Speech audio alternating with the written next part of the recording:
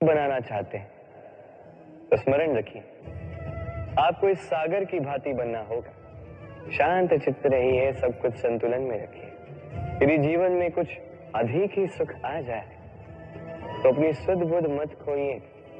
यदि जीवन में दुख आ जाए, कष्ट आ जाए, तो अपना निश्चय, अपना लक्ष्य और अपनी शक्ति मत भूलिएगा, क्योंकि यही श्रेष्ठता व्यक्ति का आचरण है। आप सोच रहे होंगे कि मैं कर क्या रहा हूं। मैंने सुना कि चट्टानों में जो है रत्न पाए जाते, वही ढूंढ रहा था। तो देखिए, एक ऐसी विचित्र बात है, हर चट्टान में रत्न नहीं पाए जाते, हर गज के मस्तक पर गजमुक्ता नहीं पाया जाता, हर वन में चंदन का वृक्ष नहीं पाया जाता। जीवन में ये जो श्रेष्ठ और महान वस्तुएं, इन्हें पाने के लिए कठिनाइयों का सामना करना ही पड़ता है। अब ऐसे ही श्रेष्ठ होते हैं मित्र, अत्यंत श्रेष्ठ यदि सही मित्र मिले तो। आपको जीवन में कई सारे लोग मिलेंगे, बड़ी मीठी मीठी बातें करेंगे, किंतु यदि कोई ऐसा जीवन में आए जो आपके हित के विषय में सोचे, आपके हित के विषय में कार्य करे, तो उसे कहीं मत जाने दीजिए, उन्हें अपने जीवन में सहेज कर रखें। फिर देखिए, आपके जीवन में सुख ही सुख हो। देखो तो ये संसार कितना सुंदर है, किंतु वास्तविक सत्य ये है कि इस संसार में सब कुछ नश्वर है।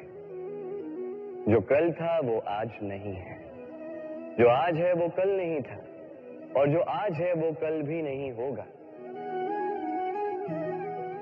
प्रत्येक व्यक्ति अपने अपने समय पर काल को प्राप्त हो जाता है। इस रूप का नाश करता है बुढ़ापा, प्राणों का नाश करती है मृत्यु, आलस्य, ईर्ष्या धर्म का नाश करते हैं, और क्रोध संबंध का नाश करता है। किंतु एक ऐसा भाव है जो अकेला ही सारे गुणों का नाश करने में सक्षम है, और वो है अभिमान। इसलिए ज्ञान को स्वयं के पास आने दीजिए, किंतु अभिमान को कदापि नहीं, क्योंकि यदि ये अभिमान आपके पास आ गया तो जीवन में जो कुछ भी आपने अर्जित किया है, चाहे वो गुण हो, चाहे वो धन हो, चाहे वो मित्र हो, चाहे वो आनंद,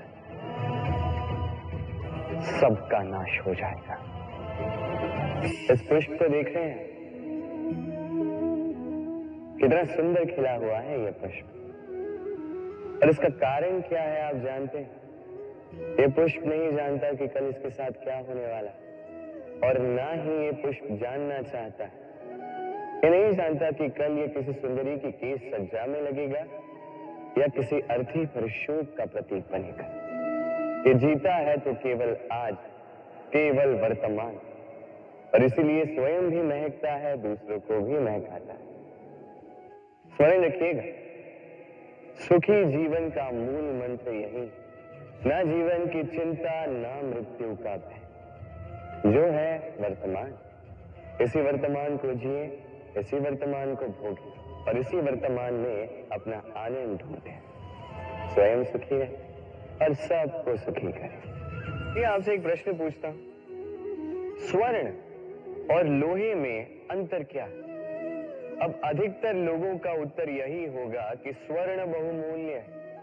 स्वर्ण का मूल्य लोहे से कहीं अधिक उचित है, किंतु हमें ये बात नहीं भूलनी चाहिए कि स्वर्ण हमारे श्रृंगार का कार्य करता है, हमें तनिक और सुंदर दिखाता है। दूसरी ओर लोहा उन सैनिकों की ढाल और तलवार बनकर रक्षा करता है जो सैनिक हमारे प्राणों की रक्षा करते हैं। ये सैनिक नहीं तो हमारे प्राण। अब बताइए, स्वर्ण का मूल्य अधिक होने से क्या लोहे का मूल्य कम हुआ? कदापि नहीं। इसी प्रकार इस जीवन में आप चाहे जितने प्रयास कर, कुछ न कुछ ऐसा अवश्य होगा जो आपको कभी नहीं मिलेगा, और इसके कारण स्वयं को हीन समझ लेना अनुचित है। हो सकता है आपके पास वो गुण हो जो संसार में और किसी के पास भी नहीं है, तो उस गुण को समझिए, उसे बढ़ाइए और उसे सहेज करें। स्मरण रखिए, संसार में प्रत्येक व्यक्ति विशेष होता है, और संसार में सभी को सब कुछ नहीं मिलता।